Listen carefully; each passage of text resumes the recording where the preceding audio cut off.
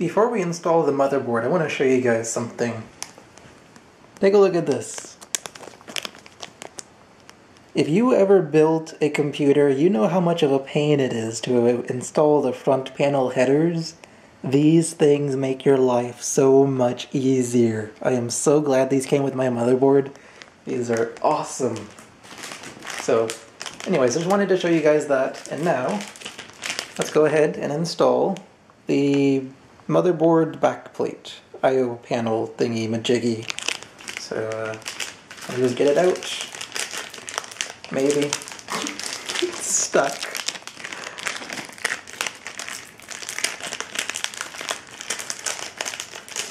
There we go. Oh! So you have your regular hard backplate that would normally be at the back of the computer, just like that. And then there's a squishy thing here on the back. I have never seen this. Oh, this is so awesome. Oh. Compare that to my previous motherboard's backplate. So here's what would normally be on the back of the computer. And then on the inside, it has these little things that nobody ever knows what to do with. And it's just a piece of metal, which is the normal backplate. This is what I'm used to. But this new backplate, with its squishy things and no pokey prongs coming out of it, oh, that is awesome. Oh, yeah. Anyways, let's go ahead and connect it. So let me zoom you in very slowly, because that's what this camera does. And then install it. Which way does it go? This way. Let's see how easy this one is to install. Usually they're not the easiest things to install because they never snap in properly. Maybe this one will be different, although it's not seeming like it will be different. I think it has the same overall snap-in design as all the other ones. However, this one doesn't have pokey things that'll just poke my fingers as I try to push it in, which is excellent. Is it already in? Shouldn't be. No, yeah, it's not. And there we go. That's one side in. Is the other side already in as well?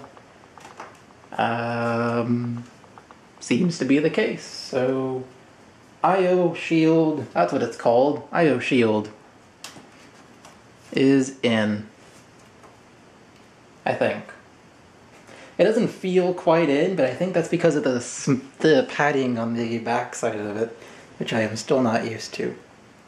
But anyways, now that that is in, let's go ahead and install the actual motherboard.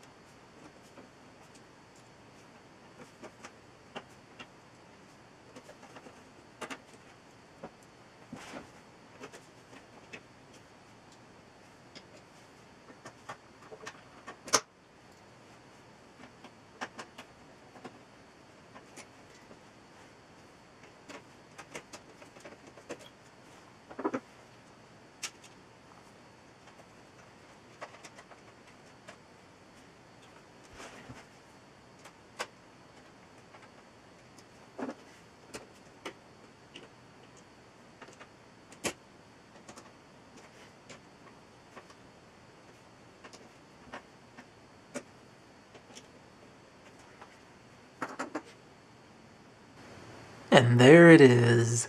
The gold and black motherboard is installed. Trust me when I say it looks better in person than it does on camera, particularly because of my lighting. I don't have like studio lighting or anything like that. No reason for me to buy any. But this motherboard really does look quite nice in there. So I don't know what's going to be next. I don't know what I'm going to install next.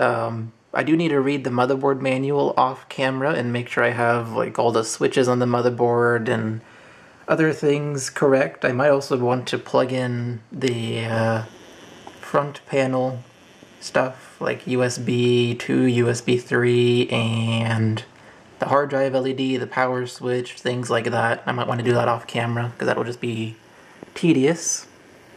But yeah, the motherboard is installed, and we'll do something next time I come back with you guys. I don't know what. Okay, I just spent a little while laying on my back in front of the computer looking at the motherboard and reading the instruction manual for it.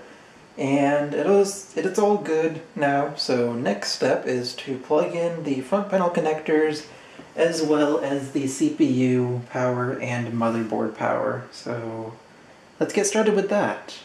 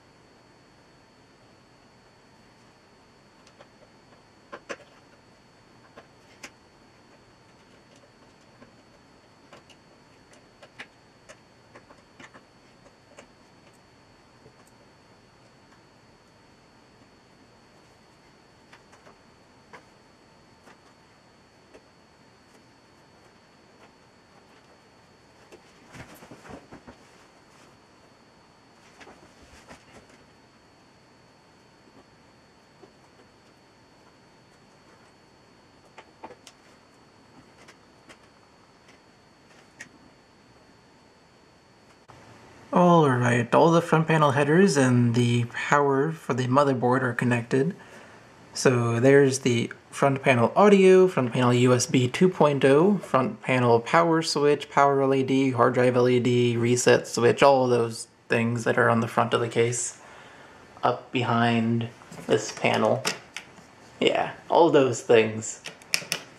So those are connected. The motherboard 24-pin power is connected.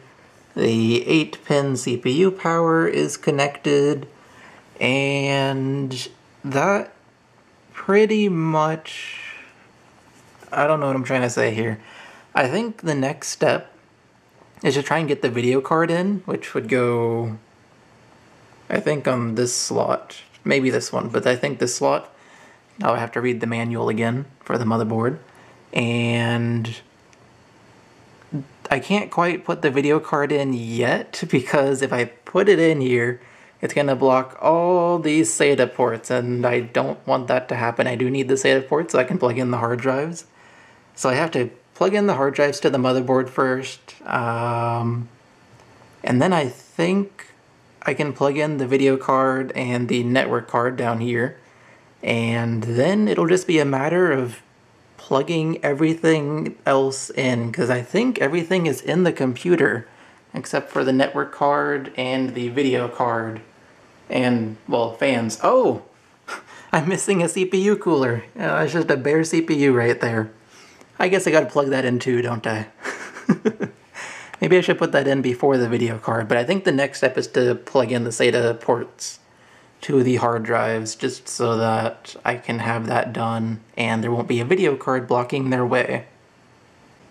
So what I was talking about was taking these cables, which are SATA cables for the hard drive so they can send data to the motherboard, taking these 7 cables and plugging them into the back of the hard drives right here, as well as the DVD drive right up here. Yeah, that DVD drive. So, let's go ahead and get started with it.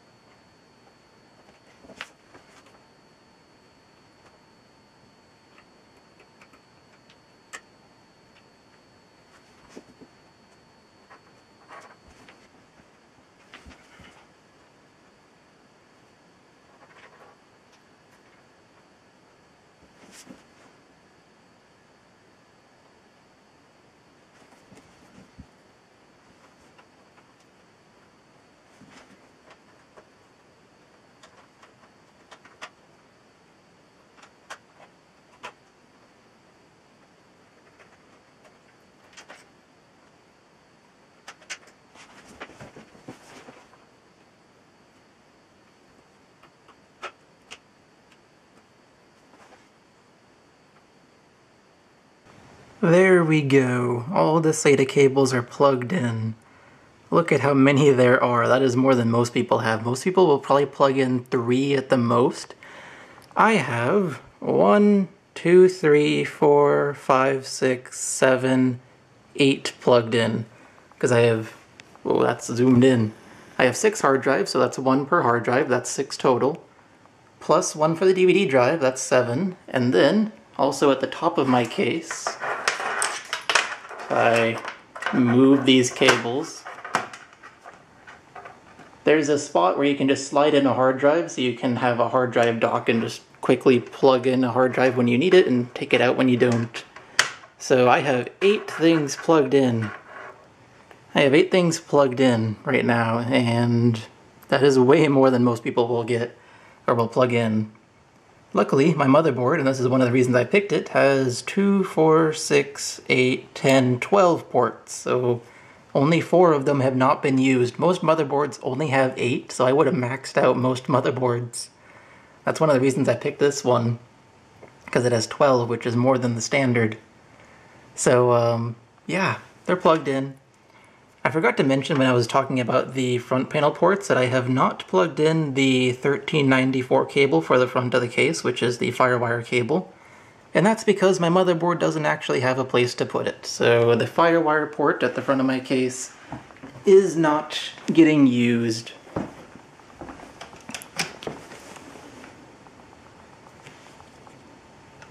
It's that port right there. That's the port not getting used. The 2 USB 2s will get used, the front audio will get used, although I'm not ever going to use it because I use a USB headset.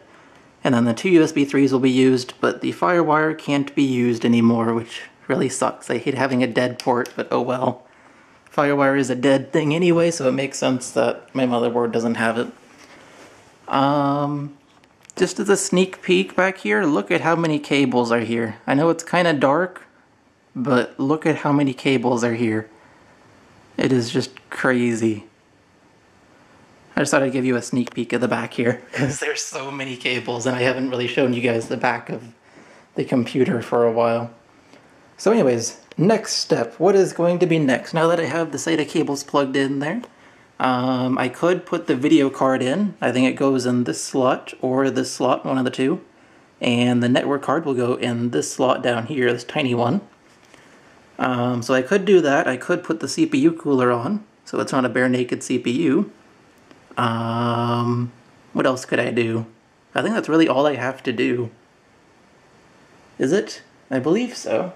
I mean, I still have to, like, put these cables somewhere, because I need to give power to everything, but, other than that, I think I can just go ahead and put the remaining parts in, which is the CPU cooler, the video card, and the network card, and then it'll just be a large amount of cable management behind the motherboard tray, which is going to be such a pain because this case has no room back there, and yet you're forced to use it because of the way the case is designed.